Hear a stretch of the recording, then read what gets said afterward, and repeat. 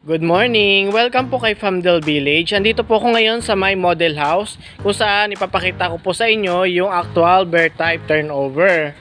So ibig sabihin po ng bear type is wala po siyang mga partition, wala siyang paint sa loob, and hindi din po nakatiles yung ibaba. Tapos po sa bandang likod is ganito din po. So nasa labas lang po yung kanyang painted.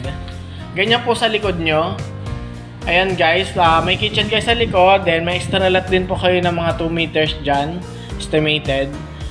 Tapos dito po sa may bandang taas, akyat po tayo. So ganito po pala yung kanyang stair, bakal na po. Then dito sa taas is ganito. Wala din po siyang ceiling, then may dalawang bintana for ventilation.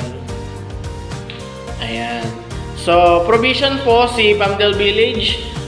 Townhouse 33 na 2 bedroom po dito sa taas.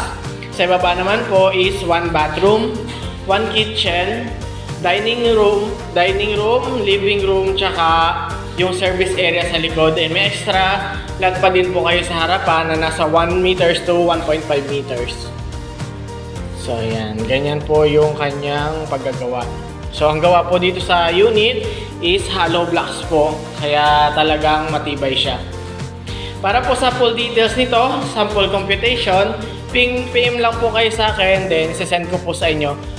For tripping schedule naman po, mag-set po tayo, then para may present ko po sa inyo itong unit. Yun lang po, and have a good day everyone.